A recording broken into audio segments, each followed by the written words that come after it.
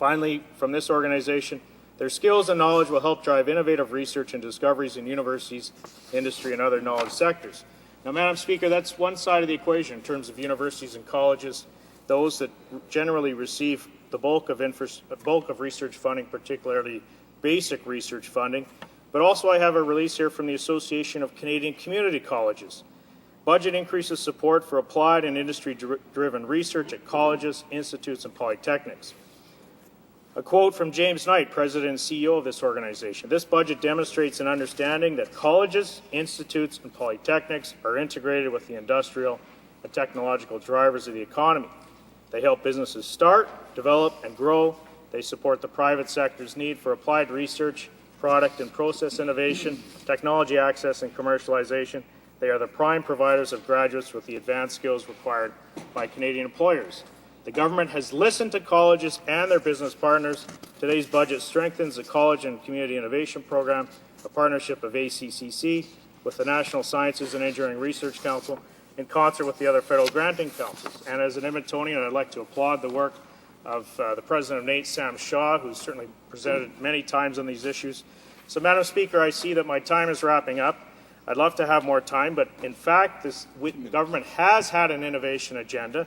In fact, since 2006, we have implemented the Science and Technology Science Strategy of May 2007. The investments that this government has made in terms of innovation, but also not only in terms of a basic research, but in terms of farther down the line in terms of commercialization. And I'd just like to point out that the government has taken action with respect to Section 116 of the Income Tax Act. This was a request made by the venture capital community in Canada. And what it does is it improves the ability of Canadian businesses, including innovative high-growth companies that contribute to job creation and economic growth, to attract foreign venture capital by narrowing the definition of taxable Canadian property, thereby eliminating the need for tax reporting under Section 116 of the Income Tax Act for many investments.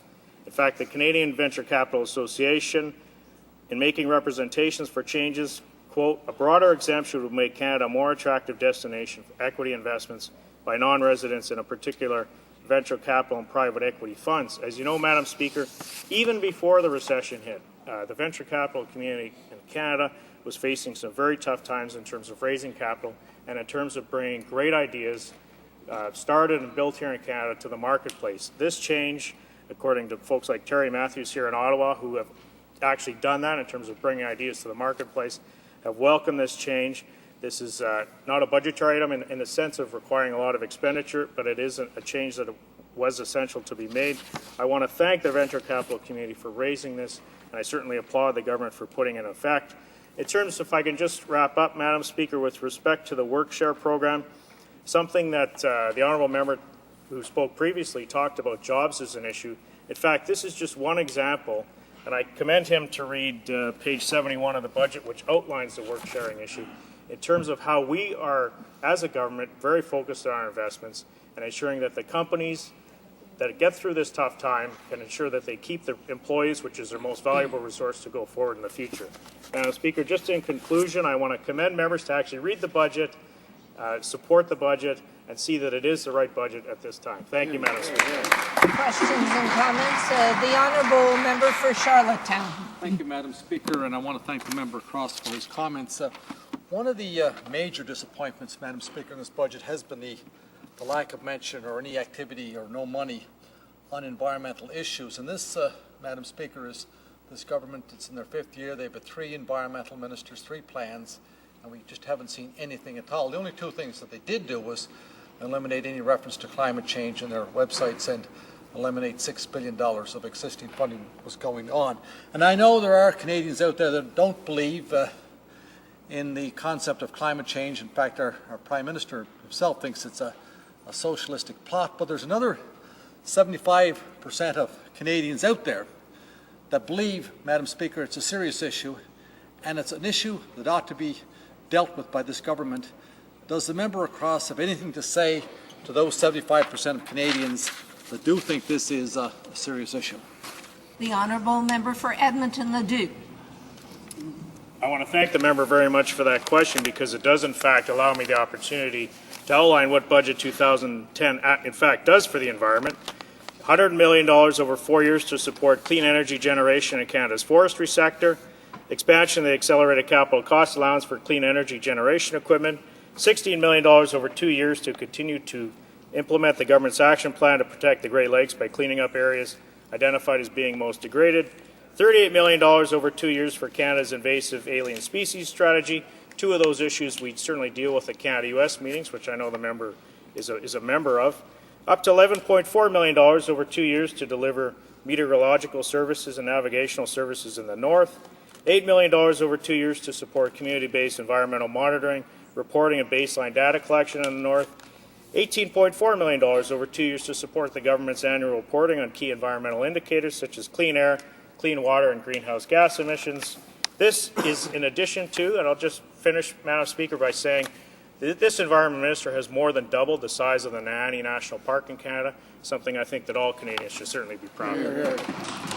Questions and comments? The honourable member for Churchill. Thank you, Madam Speaker.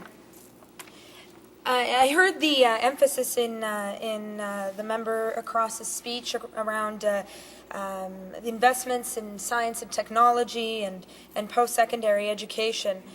However, we in the NDP feel that even in the area of post-secondary, this is a budget that fails to help Canada move forward. And one way in which it fails to do that is to really help students, post-secondary students across the board.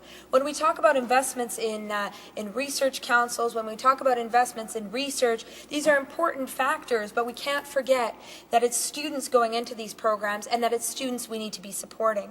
And unfortunately, this government hasn't shown leadership in that area.